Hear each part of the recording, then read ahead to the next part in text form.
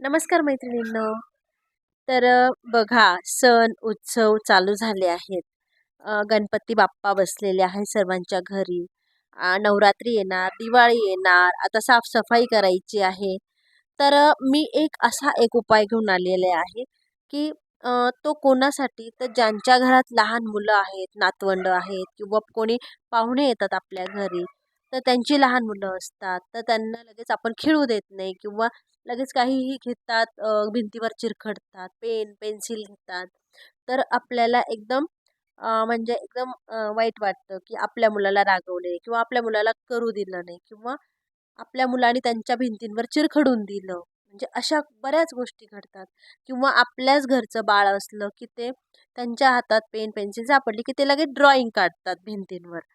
तर मग काढू द्या, काढू द्या. मी तुमच्या सर्वांसाठी असा एक उपाय घेऊन आली आहे, की काय? कलर देऊन घ्यायचा असं? नाही, नाही, नाही, नाही. भिंतींना कलरही द्यायचं काम नाही. तर एक सोपा उपाय आहे. मी करून पाहिला. तर आपल्या सर्वांच्या घरात काकडी असते. काकडी. तर काय करायचंय? तर काकडीचे स्लाइस कापायचेत. इतक्या जाडीमधले कापले तरी चालतात. तर ते काकडीच्या स्लाइसने आपल्याला भिंतीवर चिरखडलेलं काढण्याचा प्रयत्न करायचा आहे, काढायचंय. इतकं फटाफट निघून जातं, तर तुम्ही माझा हा उपाय नक्की ट्राय करा आणि तुमच्या भिंतीवरचे पेनाचे, शाईचे डाग निघाले का नाही निघाले, ते तुम्ही मला नक्की कमेंट करून सांगा.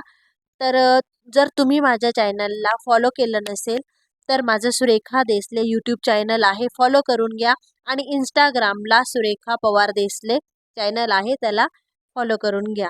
माझ्या व्हिडिओला लाईक करा आणि ज्यांच्याही घरात लहान मुलं असतील त्यांच्यापर्यंत माझा व्हिडिओ शेअर करा. Thank you.